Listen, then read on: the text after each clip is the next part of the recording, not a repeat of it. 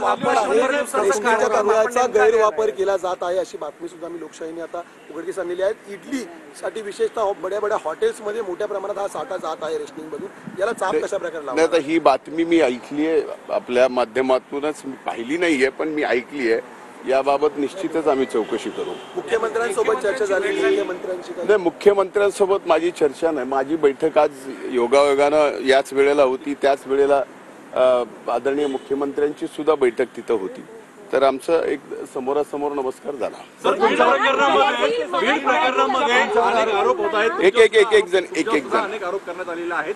संजय राऊत असतील, जितेंद्र आव्हाड असतील, हे तुमचं नाव घेतलेलं आहे। संजय राऊत म्हणतात तुमच्या मंत्र्यामध्ये आरोपी आहे।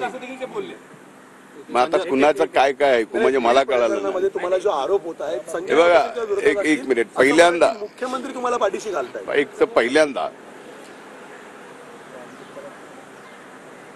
ज्या देशमुखांची निर्गुण हत्या झाली आणि ज्यांनी कुणी हत्या केली त्यांना शासन झालं पाहिजे, ते फासावर गेले पाहिजेत, या मताचा पहिल्या दिवसापासून मी आहे। तोही शेवटी माझ्या जिल्ह्यातला एक सरपंच आहे, मलाही त्याच्या बाबतीत तेवढाच आदर आहे।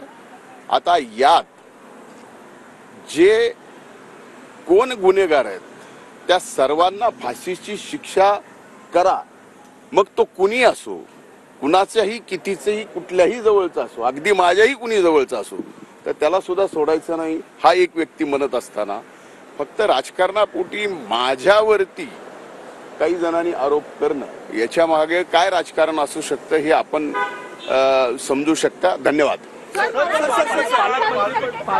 मराठवाड्यामध्ये 28% विद्यार्थ्यांना मराठी भाषा बोलता येत नाहीये, इंग्रजी हिंदी तर दूरच राहिली, अहवाल आला आहे, मुलांना मराठी देखील बोलता येत नाही मराठवाड्यात। मला तो अहवाल पाहावा लागेल। सर भाजपचे आमदार सुरेश धस पण आरोप करत आहेत।